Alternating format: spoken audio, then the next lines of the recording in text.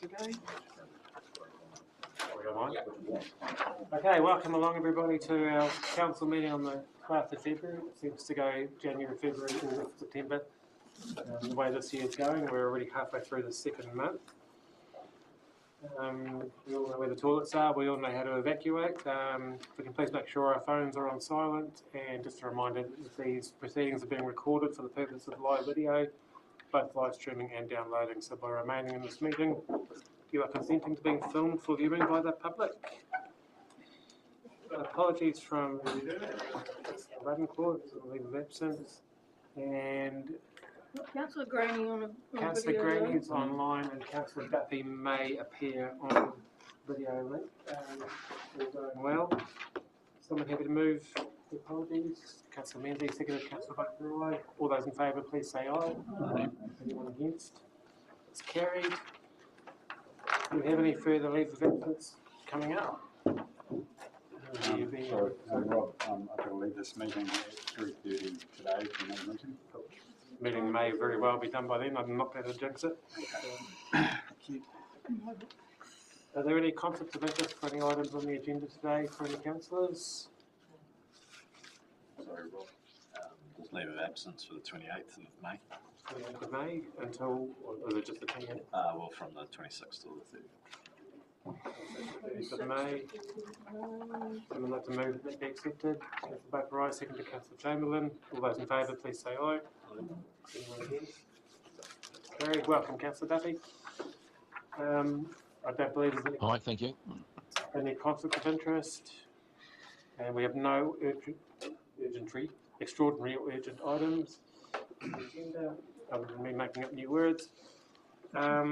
We've got no minutes for confirmation at this stage, and we have no participation, which takes us to one of two reports. The first one being the Tuatapere Water Treatment Plant Upgrade Project brought forward with unbudgeted expenditure. This is on page 7 of your agenda, and I'll welcome Bill and Fran. Good afternoon, councillors and staff. So this matter relates to a project we have in the long-term plan already for the 26-27 year, a portion of which we are requesting to bring into the current year. So the details are in the report, but briefly, there's the new legislation requires us to have an upgrade to the UV units at Tuatapere Water Treatment Plant.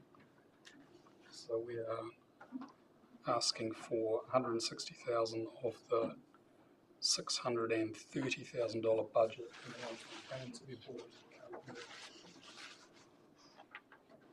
This is particularly around that housing unit that we talked about as well. So just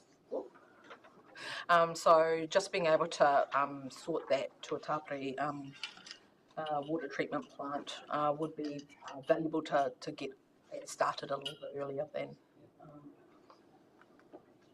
Are there any questions? Just the $8,000 for supervision. That's just a nominal percentage for staff time that we put on our projects. So it's an internal cost. Right? Internal cost, yeah. So we're not actually paying someone. No, that's just that allocation of the Allocation of time. Which I guess lines up with some of the discussion we were having earlier in terms of appropriating the costs of running the three water service to that actual business unit itself internally, so we're keeping track of. Councillor Menzies? No, sorry, but I'm happy to move. Cool. Do we have a second? Yep. Councillor Chamberlain? All those in favour, please say aye. Aye. Anyone against? That's carried.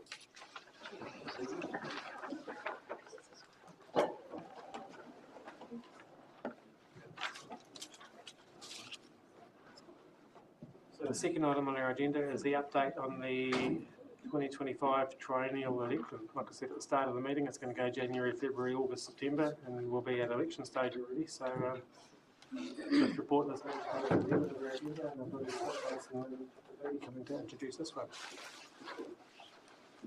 Thank you, Richard. Yeah, this is some information about the representation and rep review as well. And then a few things around elections, but I'll let Jason just talk through it. Good afternoon, Your Worship and councillors. So broadly, we're just looking to provide an update on the 2025 triennial election, for council to note a couple of things, and then to make a decision on the candidate order. So firstly, the process of the representation review that was headed by Michael Gray and Robin Rupp, with support of the governance team, has concluded, and the Local Government Commission has released their determination. So the draft that was adopted by council and submitted to the commission remains unchanged. There's also a few key dates, for the 2025 triennial election that we'd like you to note. And also we are looking for an endorsement of a review of the community board delegations. The last matter that we'll be discussing is the order of candidate names as they'll appear in the voting documents. So if we start off just briefly with the update on the triennial elections, we won't go through the dates and things, but obviously, we'll have the nomination period open. Following that, there'll be the voting period, and then the election that will take place on October 2025. We do have the dates up there, Your Worship. So 4th of July, nominations open, 1 August, they close, 9th of September, delivery of the voting documents, and election day. Oh, and just before you go on, Jason, just one point around the representation review. We did get feedback that it was quite thorough and very well done. So I just want to note that the team did a lot of work around that, and as did the working party actually. So, thank you. Okay, so in terms of the information campaigns, these will be primarily the responsibility of the communications team. There's several campaigns that are planned so far, all centred around sort of providing more information to voters and potential candidates to hopefully help foster some engagement with the election process. There has been elections.com has been contracted by council to provide the electoral services for the 2025 election, and Anthony Morton, elections.com, will be the electoral officer. So if we move forward to the order of candidate names, under the legislation, there's 3 options that are available to council. That is alphabetical, pseudo-random, and random. Alphabetical has traditionally or historically been used for the elections. That is quite self-explanatory in terms of its name. The difference between pseudo-random and random is that in the pseudo-random, it is a random order, but that randomised order will appear the same across all voting documents. The random order, or true random, is different and is randomised on each and every different voting document. So does it cost more to do the random one, given that every document has to be different? Does that actually attract people? There's no difference in cost between any of the options. I believe that there had been in the past, but currently there's no difference.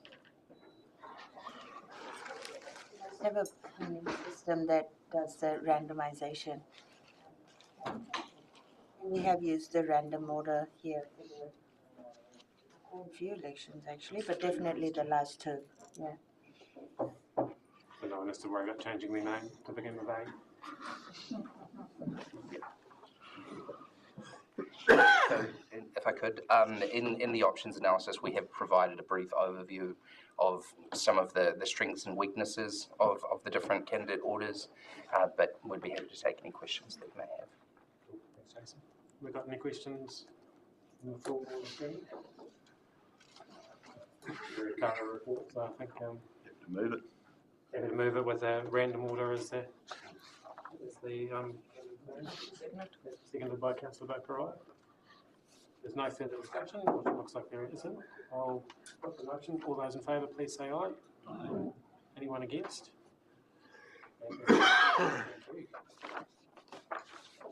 Thank you. It's a council meeting, Was- but there's one more. The council meeting for the day. We have a workshop on welcoming communities, which if the team are ready to go, we can.